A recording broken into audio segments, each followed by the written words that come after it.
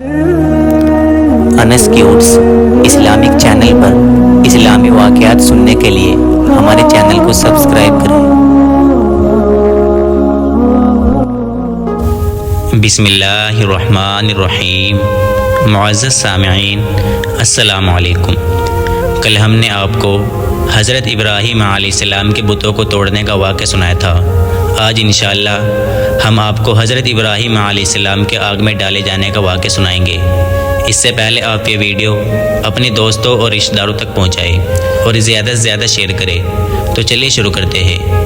دوستو، جب حضرت ابراہیم علیہ السلام نے ایک اللہ تعالیٰ کی دعوت دی اور حضرت ابراہیم علیہ السلام نے وہاں کے بت خانے کے سارے بتوں کو توڑ ڈالا، تو وہاں کے بادشاہ نمرود کو، جو بہت ظالم اور بت پرست تھا، ان سب باتوں کا پتہ چلا کہ آزر کا بیٹا ابراہیم لوگوں کو بتوں کی پوجا سے منع کرتا ہے اور ایک خدا کی دعوت دیتا ہے۔ تو اس نے حضرت ابراہیم علیہ السلام کو اپنے دربار میں بلایا اور حضرت ابراہیم علیہ السلام سے جھگڑنے لگا۔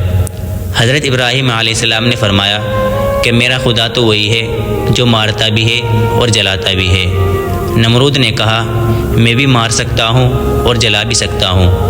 چنانچہ نمرود نے ایک قیدی کو، جس کو سزائے موت کا حکم ہو چکا تھا، آزاد کر دیا اور ایک بے گناہ کو پکڑ کر قتل کرا دیا اور کہا کہ اے ابراہیم، اب بتاؤ کہ میرے اور تمہارے خدا کے درمیان کیا فرق ہے؟ حضرت ابراہیم علیہ السلام نے کہا، میرا رب ہر روز سورج مشرق سے نکالتا ہے، تم اسے مغرب سے نکال دو۔ اس پر نمرود لاجواب ہو گیا اور اپنے سپاہیوں کو حکم دیا کہ ابراہیم علیہ السلام کو زندہ آگ میں جلا دیا جائے۔ چنانچہ بہت سی لکڑی اکٹھی کی گئی اور ان میں آگ لگائی گئی۔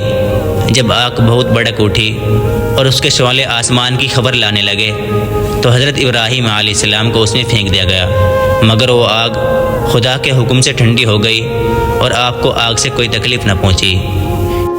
اسی طرح جو لوگ اللہ تعالیٰ کے حکم پر چلتے ہیں، اللہ پاک ان کو ہر تکلیف سے بچا لیتے ہیں اور ان کے لیے آسانیاں ہی آسانیاں ہو جاتی ہے۔